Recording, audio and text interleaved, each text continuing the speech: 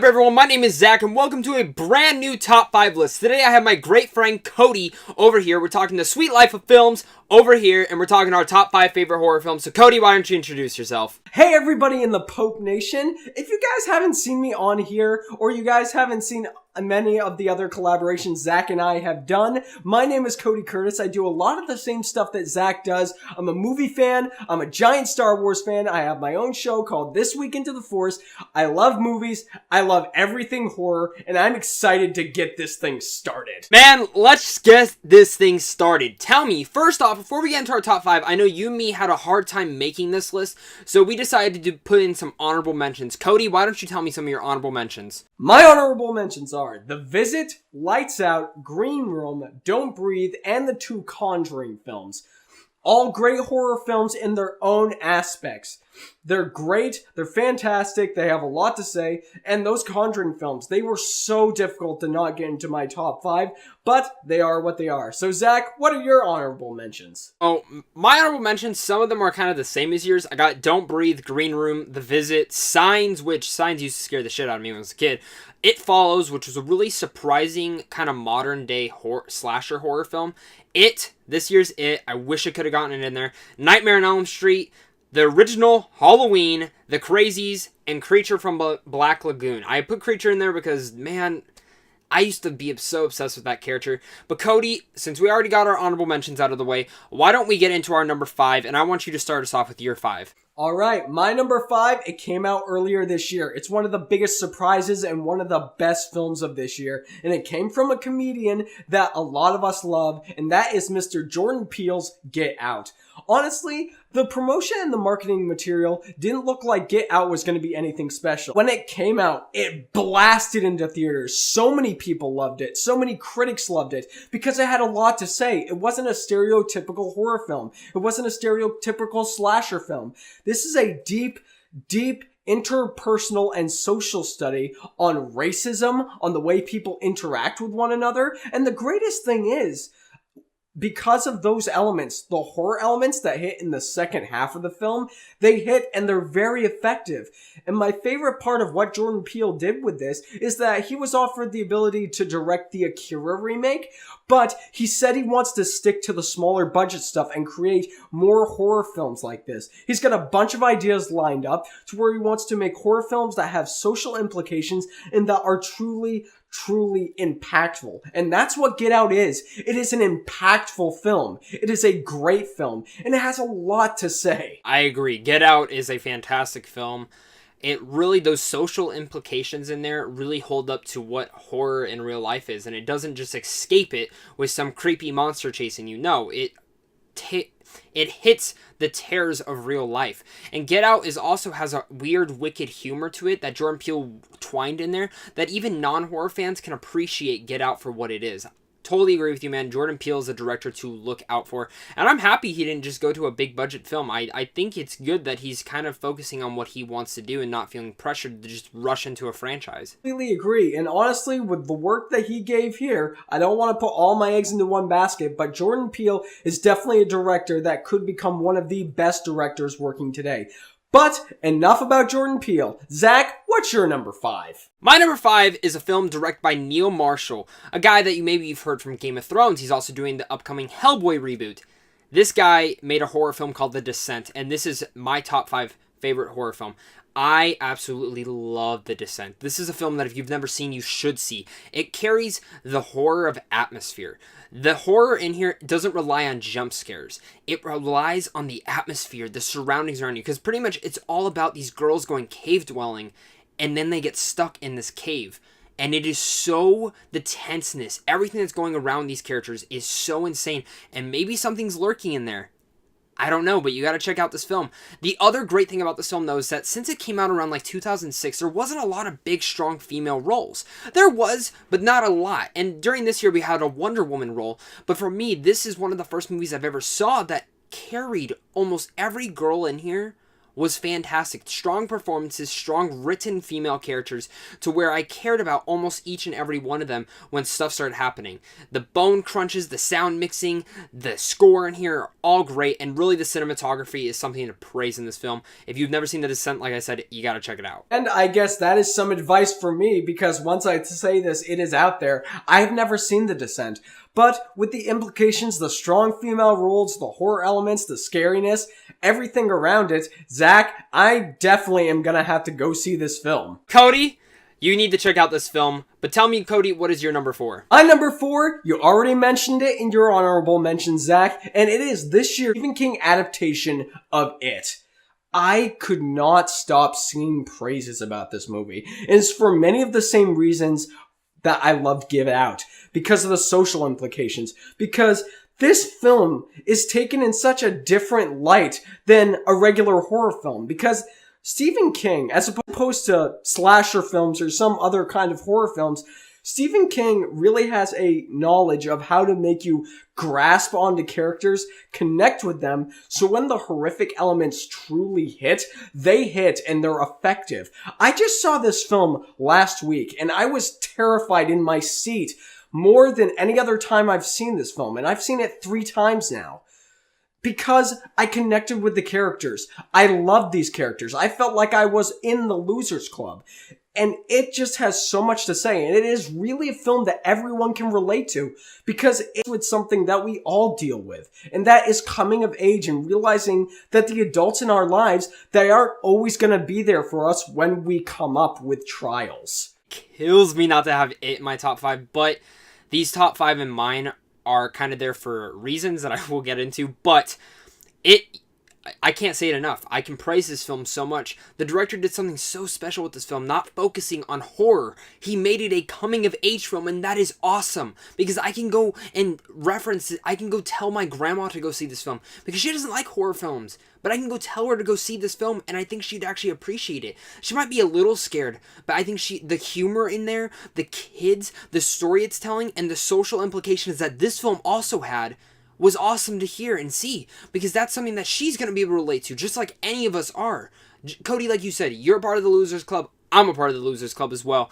We all are, and that's what's awesome to it. It is such a fantastic film. It carries great performances from all the kids in there, and also honestly, I will say this, Bill Skarsgård is going to be referenced as an icon with the Pennywise role. Yes, Tim Curry was awesome in that role, but Bill Skarsgård took it and made it his own, and that it's awesome to see. I absolutely loved it. Everything you said, I totally agree with. It's a phenomenal film, and if you guys want to get more in-depth thoughts that me and Zach have about the film, we not only have a spoiler review of the film, but it is not the only film we're getting. We're also getting an It Chapter 2, and we have fan casting for that.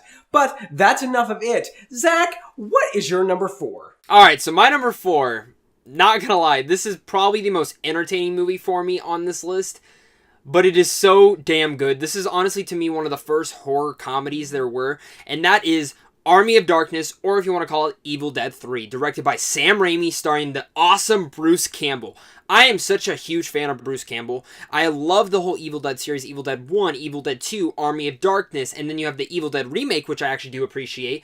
And I also love the show Ash vs. the Evil Dead, which is kind of this continuation of this whole thing, and man, Army of Darkness is fucking awesome. Excuse my language, but Army of Darkness is so damn cool. It has the blood, it has the action, it has the humor, and it carries you into such an amazing world. And that the makeup, the artistry, everything in here still holds up. And Army of Darkness is just, it's a film that I at least try to watch once a month because it's a film that I can enjoy so much and have so much fun with.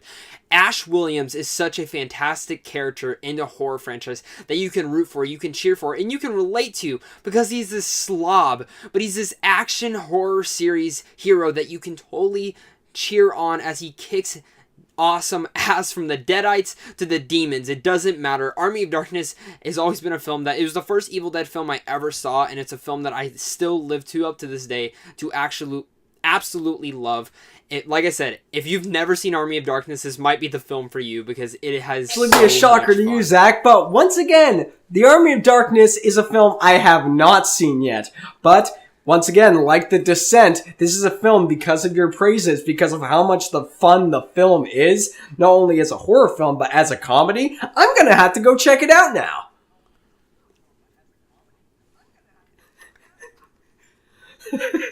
I don't know if I should be mad at you or something. No, I have not. Cody, have you seen any of the Evil Deads?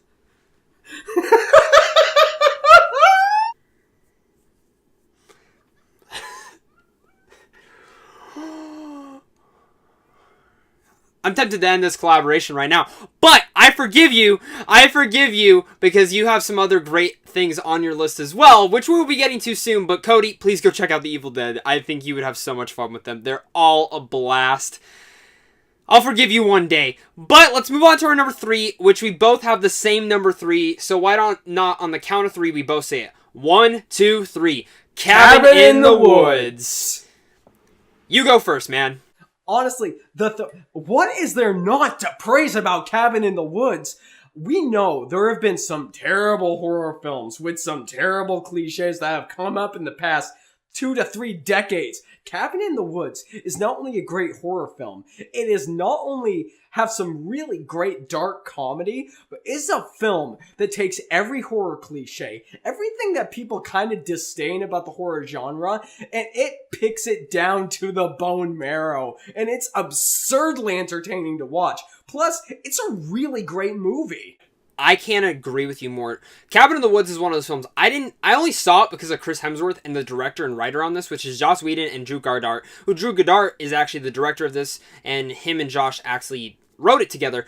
But like you said, this picked everything to the bone. And when I went into this film, I thought it was legit going to be a horror film. I didn't know what we were getting into when I saw this film. And walking into the film, I'm not going to lie, the first time I walked out, I was like, not expecting anything that I had just seen on the screen, especially the damn unicorn. There's a unicorn in this film, but there's so many Easter eggs in this film. There's so much cliches in this film that it makes fun of it, grabs and makes fun of it, and makes sense. So every time I've seen a horror film from now on, Cabin in the Woods is in the back of my head because some of the implications it put in this film makes me think of when I watch Friday the 13th, I'm like, well, is this actually why this is all happening? Cabin in the Woods is such a special film that I don't want to say anything about really anything else at all. But if you haven't seen Cabin in the Woods, you should. This is one of Chris Hemsworth's first films as well, before he all got big and buff for Thor. And he does a fantastic job in here. The whole cast is great. And really just, I can't praise this film enough. There's so much fun to be had in this film. Like I said, first time I walked out of the theater, I thought I was going into it getting a really scary film, and I walked out getting a horror comedy, and it was awesome. I mean, I remember my friend, we both walked out, and we kind of looked at each other, and we were like, I wasn't scared, were you? And he's like, no, not at all, but I was really entertained. I was like, me too, and throughout the years, this film has grown and grown more and more on me. Don't even look up anything for this film. Go check it out. Absolutely. Go check out this film, and Zach is right. Trying to spoil this film and looking up spoilers is kind of a crime because this is one of those films, the less you know about it, and if you know particularly a lot about the horror genre, if you don't know much about Cabin in the Woods, it makes the film that much better. Totally agree, Cody. Now, tell me your number 2. And number 2, I only got one thing to say. Baba Duk Duk Duk. The Babadook is my number 2.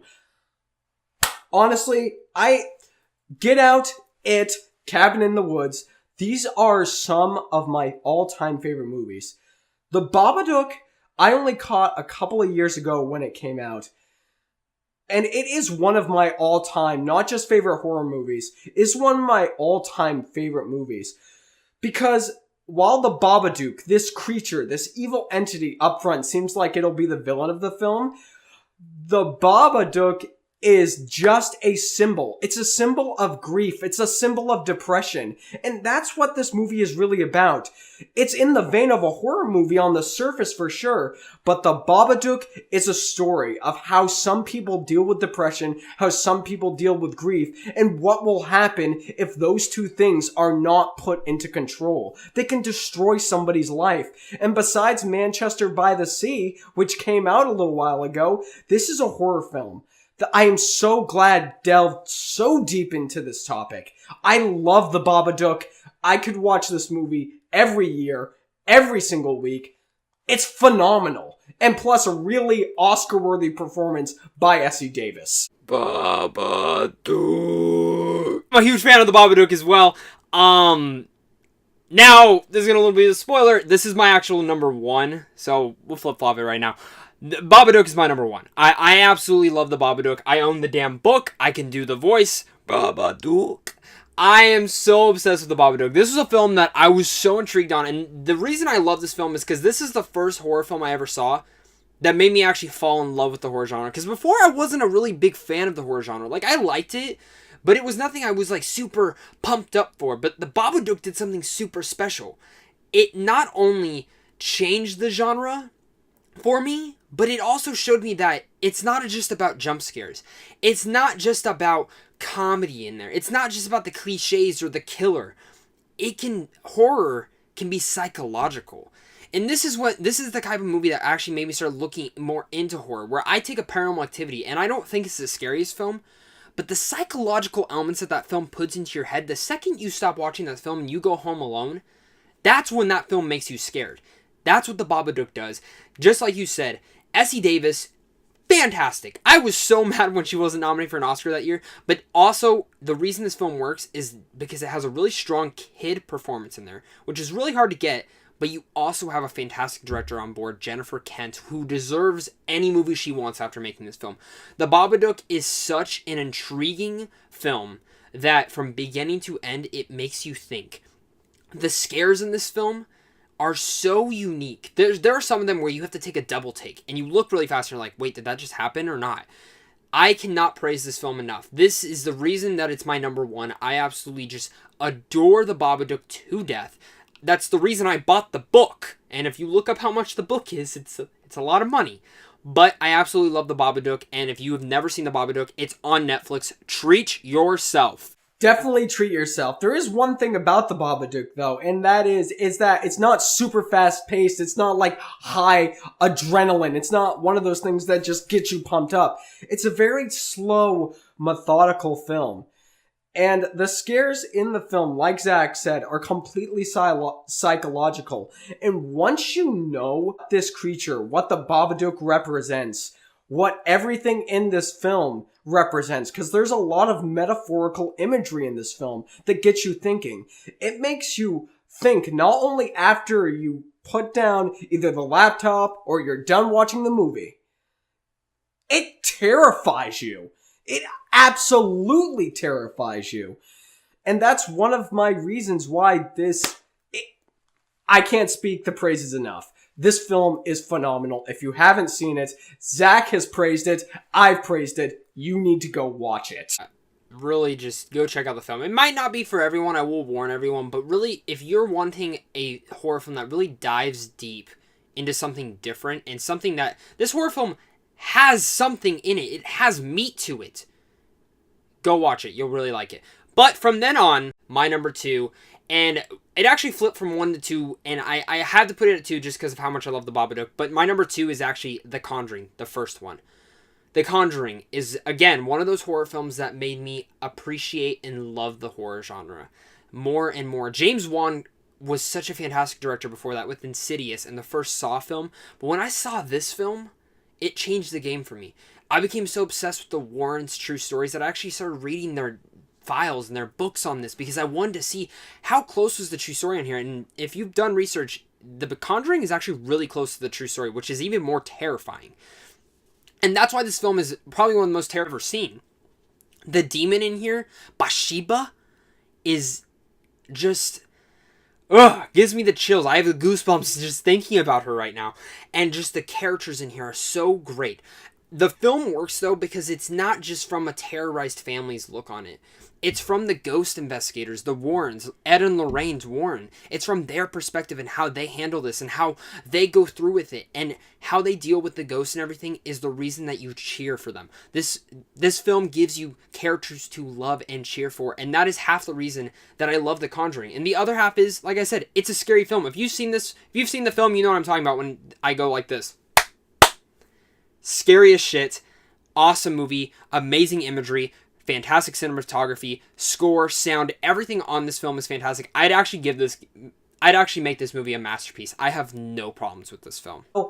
I love The Conjuring. I love The Conjuring 2. I do love The Conjuring 2 a little bit more than The Conjuring, and I do have my own personal reasons for why they didn't make it into my top 5, but I can praise these movies. I can praise this movie in particular for days. I love The Conjuring. We know that the horror genre had gone through some serious struggles.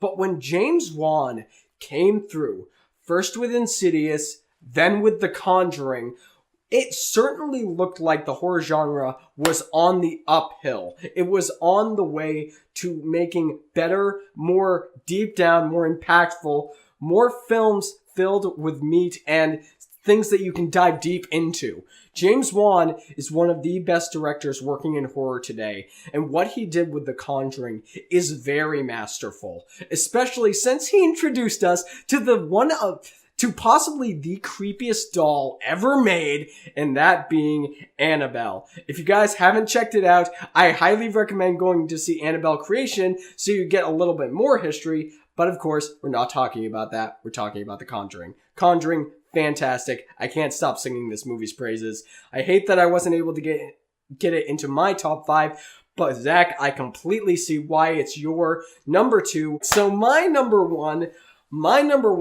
in turn, with The Babadook. I saw this film about the same time I saw The Babadook, and I'm so ashamed that I never got to see it before.